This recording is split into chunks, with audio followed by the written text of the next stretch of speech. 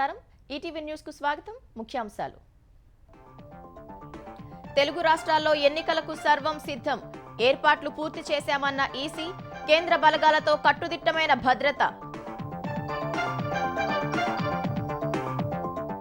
ఓటేసేందుకు ఆంధ్రప్రదేశ్కు పోటెత్తుతున్న ఓటర్లు కిక్కిరిసిపోయిన బస్సులు రైళ్లు ప్రత్యేక ఏర్పాట్లు చేసిన తప్పని తిప్పలు ఆంధ్రప్రదేశ్లో ఓట్లకు కోట్లు గుమ్మరిస్తున్న ప్రధాన పార్టీ ఒక్కొక్కరికే 4 నుంచి 5,000 కొనుగోళ్లు చెల్లింపులకే 18,000 కోట్లు కేటాయింపు వైకాపా అభ్యర్థి జగ్గిరెడ్డికి మహిళల నుంచి విచిత్ర స్పందన చీరలు మాకొద్దు డబ్బులివ్వాలంటూ నిరసన ప్రదర్శన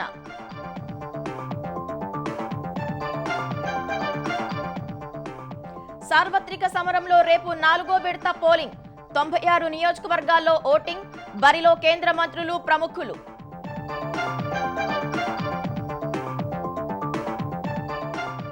అదృశ్యమైన 20 రోజుల తర్వాత కనిపించిన సూరత్ కాంగ్రెస్ అభ్యర్థి 2017లో హస్తం పార్టీ మోసానికి బదులు తీర్చుకున్నానన్న నీలేష్ కుంభాని కాళేశ్వరం ప్రాజెక్టులో మార్పులపై జస్టిస్ పీసీ ఘోష్ ప్రశ్నాస్త్రాలు మాజీ ఈఎన్సీ నుంచి వివరాల సేకరణ నెలాఖరు నుంచి మరోమారు విచారణ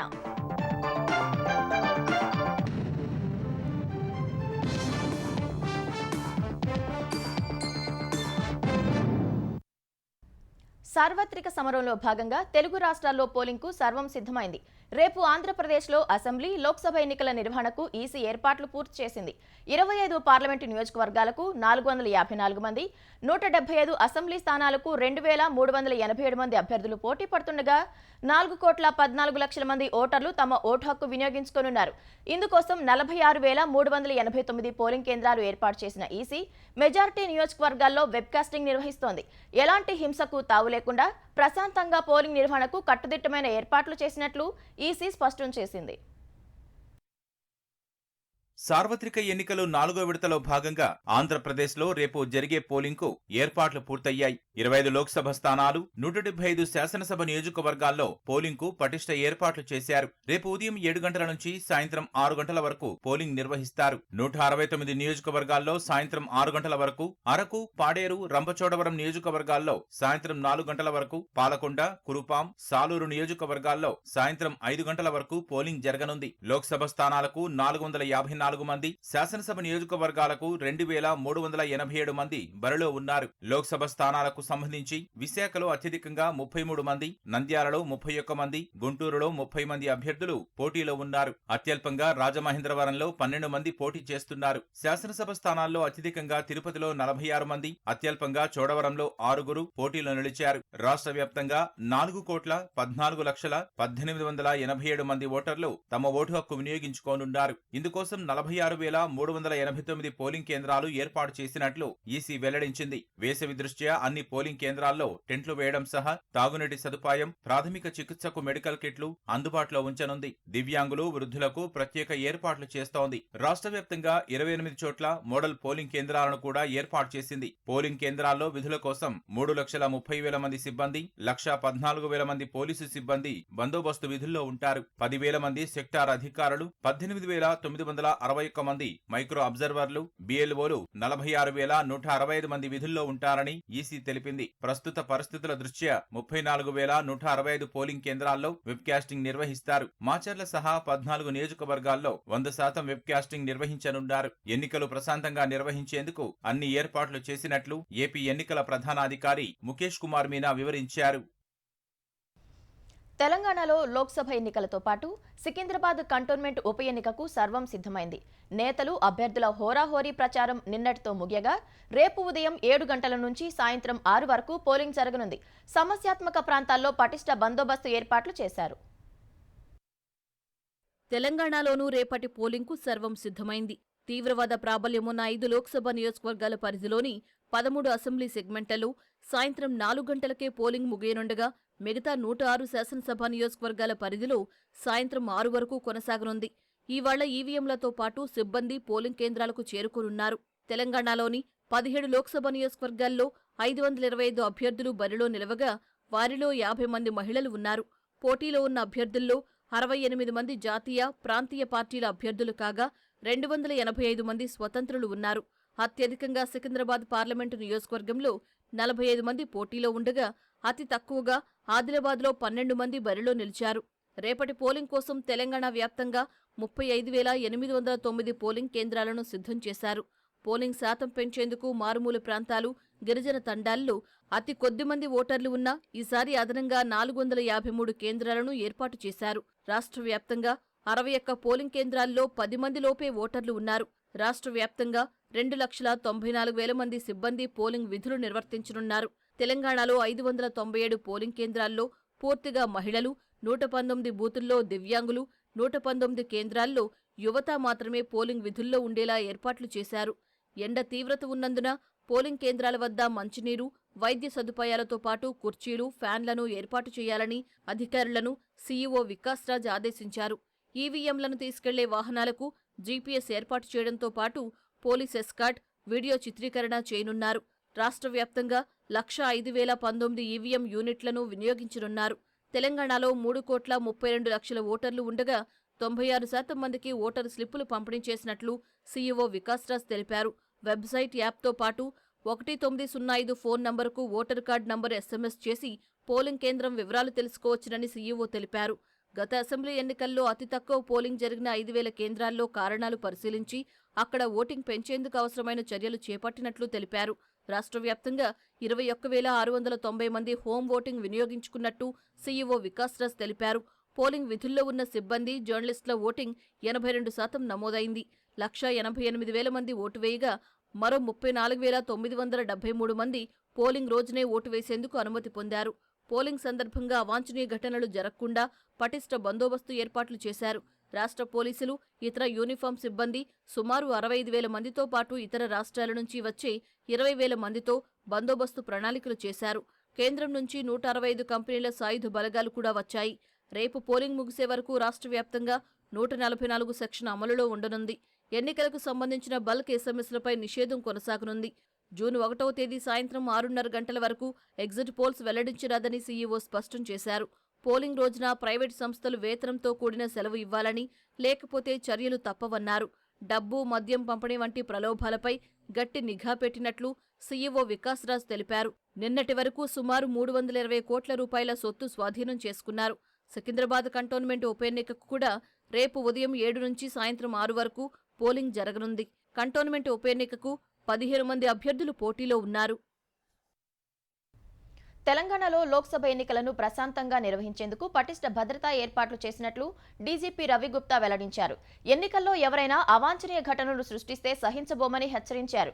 ఎన్నికల విధుల్లో 73,414 సివిల్ పోలీసులు, 500 సెక్షన్ల టీఎస్ఎస్పీ సిబ్బంది, 164 కంపెనీల కేంద్ర బలగాలు, 2,088 మంది ఇతర శాఖల సిబ్బంది, 3 కంపెనీల తమిళనాడు పోలీసులు, 7,000 మంది హోంగార్డులు నిమగ్నమైనట్లు డీజీపీ వెల్లడించారు.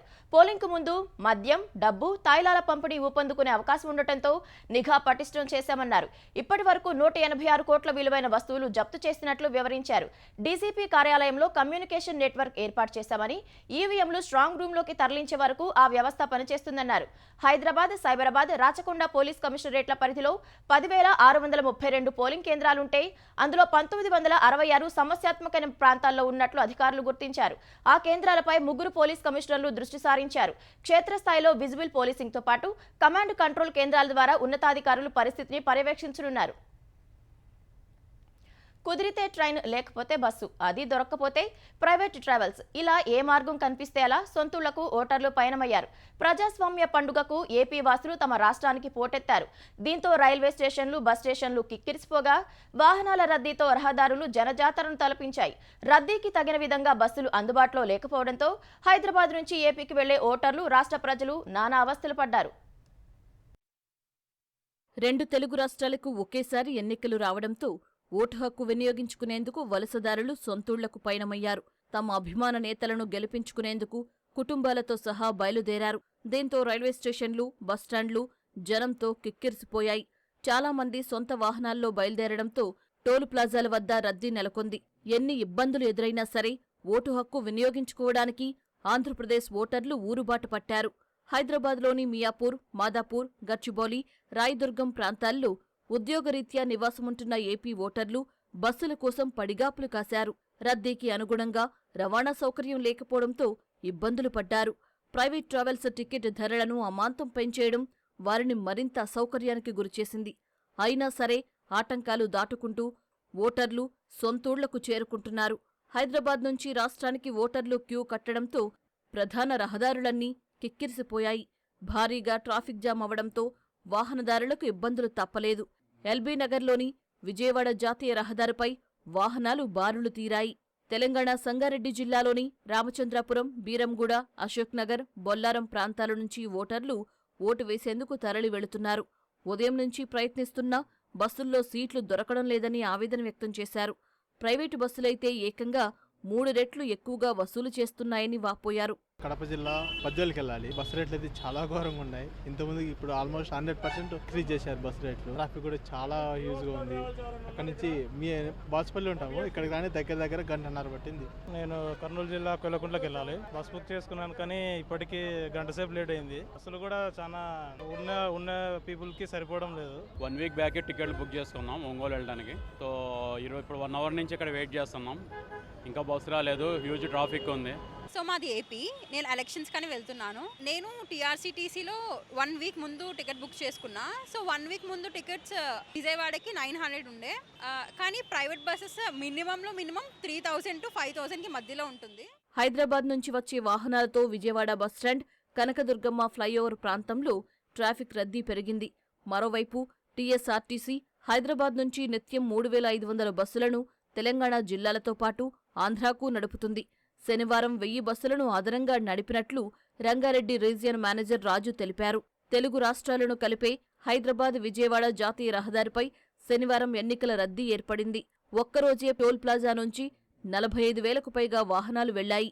ఏపీతో పాటు ఖమ్మం, నల్గొండ, సూర్యాపేట వైపు ఓటర్లు పెద్ద ఎత్తున కదలి వెళ్లారు. దీంతో సరిపడా బస్సులు లేకపోవడంతో ఓటర్లు నానా అవస్థలు పడ్డారు. ఎన్ని ఇబ్బందులు పడినా స్వస్థలాలకు వెళ్లి ఓటు వేసి తమకు నచ్చిన నాయకుణ్ణి ఎన్నుకుంటామని పలువురు తెలిపారు. సార్వత్రిక ఎన్నికల వేళ సొంతూళ్లకు వెళ్లే వారికి తగినన్ని బస్సులు సమకూర్చడంలో ఏపీఎస్ఆర్టీసీ విఫలమైంది. హైదరాబాద్ నుంచి ఎలాగోలా విజయవాడ చేరుకున్నా అక్కడి నుంచి జిల్లాలకు బస్సుల కొరతతో అష్ట కష్టాలు పడ్డారు. జగన్ సిద్ధం సభలకు 1000 బస్సులు సమకూర్చి స్వామిభక్తి చాటుకున్న ఆర్టీసీ ఎండీ ద్వారకా తిరుమలరావు ఓటర్ల కోసం ఏర్పాటు చేయలేదు. హైదరాబాద్, చెన్నై, బెంగళూరు నగరాల్లోని ఏపీ ప్రజలు ఓట్ల కోసం సొంతూళ్లకు వస్తారని డీజీపీ ర్యాంక్ అధికారికి తెలియలేదా అన్న సందేహం వ్యక్తమవుతోంది. హైదరాబాద్ నుంచి వచ్చే బస్సుల్లో సీట్లన్నీ ముందే బుక్ అయినా ప్రత్యేక బస్సులు ఏర్పాటు చేయకుండా ఆర్టీసీ చోద్యం చూసింది. సంక్రాంతికి రెగ్యులర్ బస్సులు కాక ఏటా 4000 బస్సులు అదే సంఖ్యలో తిరుగు ప్రయాణానికి సిద్ధంగా ఉంచుతారు. ఎన్నికల సమయంలోనూ దాదాపు అంతే రద్దీ ఉంటుంది. పైగా సోమవారం పోలింగ్, శని, ఆదివారాలు సెలవులు వచ్చినా రద్దీ గురించి కనీస అంచనా వేయలేదు. శనివారం ఉదయం నుంచి ఆర్టీసీ సర్వర్లో సాంకేతిక సమస్యలు తలెత్తి టికెట్ల జారీలోనూ ఇబ్బందులు ఏర్పడ్డాయి. తెలంగాణ ఆర్టీసీ వరుసగా 3 రోజులు కలిపి 400 ప్రత్యేక బస్సులు నడుపుతున్నా అవి కూడా సరిపోవడం లేదు. ప్రైవేటు ట్రావెల్ సంస్థలు నిలువు దోపిడీ చేస్తున్నాయి. హైదరాబాద్ నుంచి విశాఖపట్నానికి 4000 రూపాయల వరకు ఛార్జీలు పెంచాయి. ఓటుకు 4 నుంచి 5,000, నియోజకవర్గానికి 70 కోట్ల పైమాటే. మొత్తంగా కొనుగోళ్లు, పంపిణీలకే 18,000 కోట్లు వెదజల్లుతున్నారు. ఆంధ్రప్రదేశ్లో ఓ ప్రధాన పార్టీ సాగిస్తున్న ఎన్నికల యజ్ఞం ఇది. ఆంధ్రప్రదేశ్ అనే ఈ యజ్ఞగుండంలో సమిధలు ఓటర్లే. వాస్తవమేమంటే సమిధలుగా మారుతున్న ఈ ప్రజల నుంచే 5 ఏళ్లుగా అంతకు 10ఇంతలు పిండేశారు. మొన్నటి వరకు మా విజయానికి తిరుగులేదని మేకపోతు గాంభీర్యం ఒలకబోసిన ఆ పార్టీ నాయకుడికి విజయంపై విశ్వాసం సన్నగిల్లుతోంది. డబ్బునే నమ్ముకుందాం, ఎంతకైనా సిద్ధమంటూ తెగ కుమ్మరించేస్తున్నారు. 5 ఏళ్లుగా అవినీతి అక్రమాలతో ఆ పార్టీ నేతలు పోగేసిన నోట్లు కట్టలు తెంచుకుంటున్నాయి. ఎంత రేటైనా పర్లేదు, ఓటరును కొనేయడానికి సిద్ధమంటున్నాయి. ప్రజల్ని, ప్రకృతి వనరుల్ని దోచేసి పోగేసిన ఆ సొమ్ములు ప్రజాభిప్రాయాన్ని మార్చేయడానికి చేతులు మారుతున్నాయి. ఓటరును ప్రలోభపెట్టి మరోమారు అధికారంలోకి వచ్చి అందిన కాడికి దోచేయాలనుకుంటున్న నేతల కోసం కరెన్సీ కాగితాలు కథన రంగంలో కాలు దువ్వుతున్నాయి. ఆంధ్రప్రదేశ్ అసెంబ్లీ ఎన్నికల్లో గెలవడానికి 18,000 కోట్లు ఖర్చు పెట్టడం దేశ చరిత్రలోనే ఎక్కడా లేదు. శుక్రవారం నుంచే ఆ పార్టీ ఇంటింటి తలుపు తడుతోంది. ఎవరైనా తమకు వద్దంటే దాడులకు తెగబడుతోంది. కొన్ని కీలక నియోజకవర్గాల్లో 100 కోట్లు పెట్టేందుకు వెనకాడటం లేదు. ఎక్కడ చూసినా బస్తాల కొద్దీ నోట్ల కట్టలే. ఎవరైనా తనిఖీ అధికారులు వస్తున్నారంటే ఇవ్వాలంటే 1-2 బస్తాలు అక్కడే విసిరేసి వెళ్లేందుకు వెనకాడటం లేదంటే డబ్బంటే ఎంత లెక్కలేనితనమో అర్థం చేసుకోవచ్చు. వివిధ స్థాయిల నాయకులకు ప్యాకేజీ కింద లక్షల నుంచి కోట్ల రూపాయలు చెల్లిస్తున్నారు. ప్రతి నియోజకవర్గంలో కనీసం 20 కోట్ల విలువైన మద్యం నిల్వలు పెట్టి ఓటర్లను మత్తులో ముంచేస్తున్నారు. ఈ డబ్బంతా తిరిగి సంపాదించుకోవడానికి మరిన్ని అవినీతి యజ్ఞాలు చేస్తారో, ఎన్ని లక్షల మంది ఆస్తుల్ని లాగేసుకుంటారో.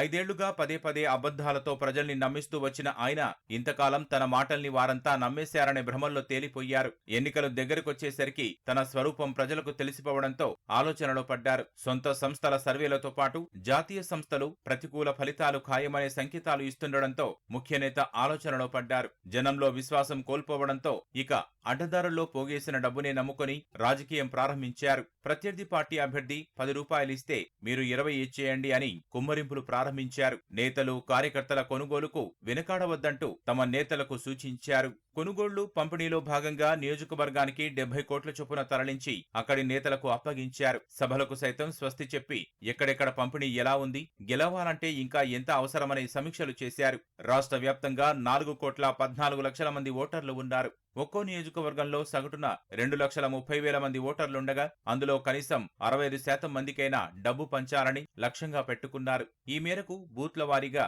ఎక్కడెక్కడ ఎంతెంత మంది ఓటర్లు ఉన్నారు, అందులో ఎందరికి డబ్బులు పంపిణీ చేయాలనేది లెక్కలేసి మరీ సిద్ధం చేసి పంపిణీ ప్రారంభించారు.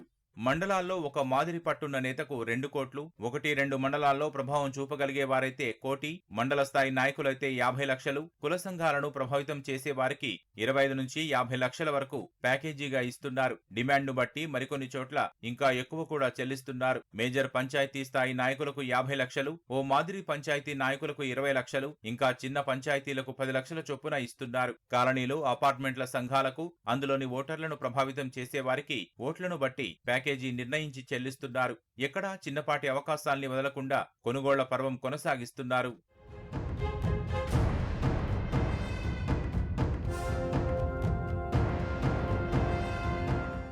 జే బ్రాండ్లు, గోవా మద్యం వద్దంటూ అందరూ తిరస్కరించడంతో కేవలం మద్యం కోసం ఒక్కొక్కరికి 300 నుంచి 500 వరకు డబ్బులు చేతికి అందిస్తోంది. ఇలా రోజు వేల మందికి పంపిణీ చేస్తోంది. కోస్తాలోని ఓ నియోజకవర్గంలో మద్యం పంపిణీకే రోజుకు 20 నుంచి 30 లక్షల వరకు వెచ్చిస్తోంది. గెలుపు అవకాశాలు రోజురోజుకు సన్నగిలుతుండడంతో ఓటు రేటును పెంచేస్తున్నారు. తొలుత 3,000 చొప్పున పంపిణీ చేయాలని నిర్ణయించారు. కొన్ని కీలక నియోజకవర్గాల్లో 4,000 ఇస్తున్నారు. చంద్రబాబు, పవన్ కళ్యాణ్, లోకేష్ వంటి ముఖ్య నేతలు ప్రాతినిధ్యం వహించే నియోజకవర్గాల్లో శుక్రవారం నుంచి 5,000 చొప్పున ఇస్తున్నారు. ప్రత్యర్థులు ఇచ్చే సొమ్ముకు అనుగుణంగా 2వ విడతగా మరికొంత ఉంటుందని హామీలిస్తున్నారు. ఎక్కడ ఎంతైనా ఖర్చు చేసి మెజారిటీ తగ్గించడమే లక్ష్యంగా నిర్ణయించారు. రాష్ట్ర వ్యాప్తంగా చివరి రోజు మరింత కుమ్మరించేందుకు సిద్ధమైంది. ఎంత ప్రయత్నం చేసినా గెలిచే అవకాశం లేదని తేలిన నియోజకవర్గాల్లో డబ్బు పంపిణీపై ఈ పార్టీ చేతులెత్తేసింది. ఉత్తరాంధ్ర, కోస్తాలోని పలు నియోజకవర్గాల్లో ఎంత ఖర్చు చేసినా ప్రయోజనం ఉండదని తాము చేయించిన సర్వేల్లోనే తేలింది. దీంతో శుక్రవారం నుంచి వ్యూహం మార్చారు. అక్కడ ఓటుకు 1000 ఇస్తే సరిపోతుందని నిర్ణయించారు. మిగిలిన సొమ్మును రాయలసీమలో గట్టి పోటీ ఉండే నియోజకవర్గాలకు తరలిస్తున్నారు. 2 రోజులుగా ఈ వ్యవహారం జోరుగా సాగుతోంది. రాయలసీమలోనూ గతంలో తేలిగ్గా విజయం సాధించిన నియోజకవర్గాల్లో ఈ దఫా అంచనాకు మించి భారీగా ఖర్చు చేయక తప్పదని ఆ పార్టీ నేతలే పేర్కొంటున్నారు. ఈ పార్టీ అవినీతి చరిత్ర రాష్ట్రంలోని ఓటర్లందరికీ అర్థమైంది. నగదు పంపిణీకి ఇంటి వద్దకు వచ్చే నేతలు 2 నుంచి 3,000 ఇస్తామని చెబుతున్నారు. దీంతో ఓటర్లలోనూ తిరుగుబాటు మొదలవుతోంది. అన్ని చోట్ల ఓటుకు 5,000 ఇస్తున్నారంటున్నారు. మీరేమో 2,000 ఇచ్చి మిగిలింది నొక్కేస్తున్నారా అని నిలదీస్తున్నారు. అయినా అదంతా మా డబ్బేగా, ఓటుకు 5,000 ఇవ్వండి అని డిమాండ్ చేస్తున్నారు. తమ పార్టీ సానుభూతి పరులు కారంటూ కొన్ని చోట్ల డబ్బు ఇవ్వడం లేదు. దీంతో అలాంటి వారు వీధుల్లోకి వచ్చి తమకెందుకు డబ్బు ఇవ్వరని నేతలను నిలదీస్తున్నారు. దీంతో విస్తుపోవడం పార్టీ నేతల వంతవుతోంది. కోనసీమ జిల్లా కొత్తపేట వైకాపా అభ్యర్థి చిల్ల జగ్గిరెడ్డి ఇచ్చిన చీరలు మాకొద్దంటూ ఆలమూరు మండలం పెనికేరు గ్రామ మహిళలు ర్యాలీ చేశారు. ఆత్రేయపురం మండలంలోని పలు గ్రామాల మహిళలు డబ్బులు ఇవ్వాలంటూ వైకాపా నేతల ఇళ్లకు వెళ్లి చీరలను వెనక్కి ఇచ్చారు. డబ్బులు ఇవ్వకుండా చీరలు ఎందుకు ఇచ్చారని మహిళలు ఆందోళన చేపట్టారు. ప్రజాస్వామ్యంలో ప్రతి ఓటు కీలకమే. అలాంటి ఓటు వృధా కాకుండా ఎలా వేయాలో ఇప్పుడు చూద్దాం. ఓటరు చీటీ ఐడి కార్డుతో పోలింగ్ కేంద్రంలోకి వెళ్లాలి. మొదట ఉండే పోలింగ్ అధికారి తన వద్ద ఉన్న ఓటర్ల లిస్టుతో ఓటరు వివరాలను పోల్చుకుంటారు. ఆ తర్వాత రెండో పోలింగ్ అధికారి ఓటరు చూపుడు వేలిపై సిరా రాస్తారు. తన వద్ద ఉన్న రిజిస్టర్లో సంతకం తీసుకుంటారు. ఒకవేళ ఓటరు నిరక్షరాస్యులైతే వేలిముద్ర తీసుకుంటారు. అక్కడి నుంచి మూడో పోలింగ్ అధికారి వద్దకు వెళ్లాలి. ఆ అధికారి ఓటరు వద్ద ఉన్న చీటీని పరిశీలించి తన వద్ద ఉన్న కంట్రోల్ యూనిట్ మీట నొక్కి ఓటును విడుదల చేస్తారు. ఆ తర్వాత ఓటింగ్ కంపార్ట్మెంట్ కు వెళ్లాలి. బ్యాలెట్ యూనిట్ పై మీకు నచ్చిన పార్టీ అభ్యర్థి పేరు, గుర్తు ఎదురుగా ఉండే బటన్ను నొక్కాలి. ఆ వెంటనే ఓటేసిన గుర్తుకు ఎదురుగా రెడ్ లైట్ వెలుగుతుంది. బీప్ అని సౌండ్ వస్తుంది. పక్కనే ఉండే వీవీప్యాట్ యంత్రంలో మనం ఓటేసిన గుర్తు, అభ్యర్థి పేరుతో స్లిప్ కనిపిస్తుంది. 7 సెకండ్ల తర్వాత ఆ చీటీ సీల్ వేసిన డబ్బాలో పడిపోతుంది. ఆ తర్వాత బీప్ సౌండ్ వస్తుంది. అప్పుడే ఓటు నమోదు ప్రక్రియ ముగుస్తుంది. ఇందులో ఏవి జరగకపోయినా అక్కడుండే ప్రిసైడింగ్ అధికారికి ఫిర్యాదు చేయాలి. ఓటరు గుర్తింపు కార్డుతో పాటు Aadhaar, PAN, driving licence, passport, ఉపాధి హామీ జాబ్ కార్డు వంటి 12 రకాల కార్డులు ఏవైనా చూపించొచ్చు. కాళేశ్వరం ఎత్తిపోతల నిర్మాణ స్థలాన్ని ఎందుకు మార్చాల్సి వచ్చిందని కాళేశ్వరం మాజీ ఈఎన్సీ నల్లా వెంకటేశ్వర్లను judicial commission chairman justice PC Ghosh ప్రశ్నించారు. హైదరాబాద్లోని బీఆర్కే భవన్లో నీటిపారుదల శాఖ ఇంజనీర్లతో మరోసారి జస్టిస్ ఘోష్ భేటీ అయ్యారు. కాళేశ్వరం ఎత్తిపోతలపై మాజీ ఈఎన్సీ వెంకటేశ్వర్లను అడిగి తెలుసుకున్నారు. ఆదిలాబాద్ జిల్లాలో నిర్మించాల్సిన ప్రాజెక్టును మేడిగడ్డ వద్దకు ఎందుకు మార్పు చేయాల్సి వచ్చిందని కమిషన్ అడిగిన ప్రశ్నకు వ్యాప్కోస్ సంస్థతో సర్వే, లైడార్ సర్వేలో వచ్చిన ఫలితాలు మహారాష్ట్రలో ముంపు ఉండటంతో మార్చాల్సి వచ్చిందని వెంకటేశ్వర్లు తెలిపారు. మేడిగడ్డ బ్యారేజ్ డిజైన్లలో మార్పులు ఎందుకు జరిగాయని ప్రశ్నించగా మేడిగడ్డను స్పెషల్ గా డిజైన్ చేశామని, బ్యారేజ్ కమ్ డ్యామ్ గా ఉపయోగించుకునేలా నిర్మాణం చేసినట్లు వివరించారు. ప్రాజెక్టు తీరుపై మాజీ ఎన్సీ కొంత నిడివితో కూడిన ప్రజెంటేషన్ ఇవ్వడంతో పాటు తనకు 2 గంటల సమయం ఇస్తే మరిన్ని వివరాలు అందిస్తానని చెప్పినట్లు తెలిసింది. 3 బ్యారేజ్లకు సంబంధించిన నోట్ను సిఈ సుధాకర్ రెడ్డి జస్టిస్ ఘోష్ కు అందించారు. జస్టిస్ పీసీ ఘోష్ ఇవాళ కోల్కతాకు వెళ్లనున్నారు. నెలాఖరున మరోమారు వచ్చి విచారణ జరపనున్నట్లు తెలిసింది. ఆంధ్రప్రదేశ్, తెలంగాణ కాకుండా మరో 8 రాష్ట్రాల్లోని 54 లోక్సభ స్థానాలకు సోమవారం పోలింగ్ జరగనుంది. ఇందులో ఉత్తరప్రదేశ్లోని 13 నియోజకవర్గాలు ఉండగా మహారాష్ట్రలో 11, పశ్చిమ బంగాల్, మధ్యప్రదేశ్లలో 8 చొప్పున ఉంటే బీహార్లో 5, జార్ఖండ్, ఒడిశాలో 4 చొప్పున ఉన్నాయి. జమ్మూ కాశ్మీర్లోని 1 నియోజకవర్గంలో రేపే పోలింగ్ జరగనుంది. ఒడిశా అసెంబ్లీలో 147 నియోజకవర్గాలు ఉండగా మే 13న తొలి విడతలో 28 చోట్ల పోలింగ్ జరుగుతుంది. 4వ విడత పోలింగ్ జరిగే నియోజకవర్గాల్లో కేంద్ర మంత్రులు గిరిరాజ్ సింగ్, అర్జున్ ముండా, లోక్సభలో కాంగ్రెస్ పక్ష నేతగా పనిచేసిన అధీర్ రంజన్ చౌదరి, తృణమూల్ నేత మహువా మొయిత్రా సహా పలువురు ప్రముఖులు బరిలో ఉన్నారు. సూరత్ లోక్సభ స్థానం భాజపాకు ఏకగ్రీవం అవ్వడానికి కారణమైన బహిష్కృత కాంగ్రెస్ నేత నీలేష్ కుంబానీ అదృశ్యమైన 20 రోజులకు తొలిసారి కనిపించారు. కాంగ్రెస్ ను తాను మోసం చేయలేదని, కాంగ్రెసే తనకు ద్రోహం చేసిందని కుంబానీ ఆరోపించారు. 2017 అసెంబ్లీ ఎన్నికల సమయంలో చివరి క్షణంలో కమ్రేజ్ అసెంబ్లీ స్థానం టికెట్ కేటాయింపును హస్తం పార్టీ రద్దు చేసిందని గుర్తు చేసుకున్నారు. కాంగ్రెస్ ను మోసం చేయాలని తాను అనుకోలేదని, అయితే సూరత్ లో 5 కీలక నేతలు అంతా తామ వ్యవహరిస్తూ ఇతరులను పనిచేసుకోనివ్వట్లేదని మండిపడ్డారు. అందుకే తన మద్దతుదారులు, కార్యాలయ సిబ్బంది, కార్యకర్తలు కలత చెందారని నీలేష్ వివరించారు.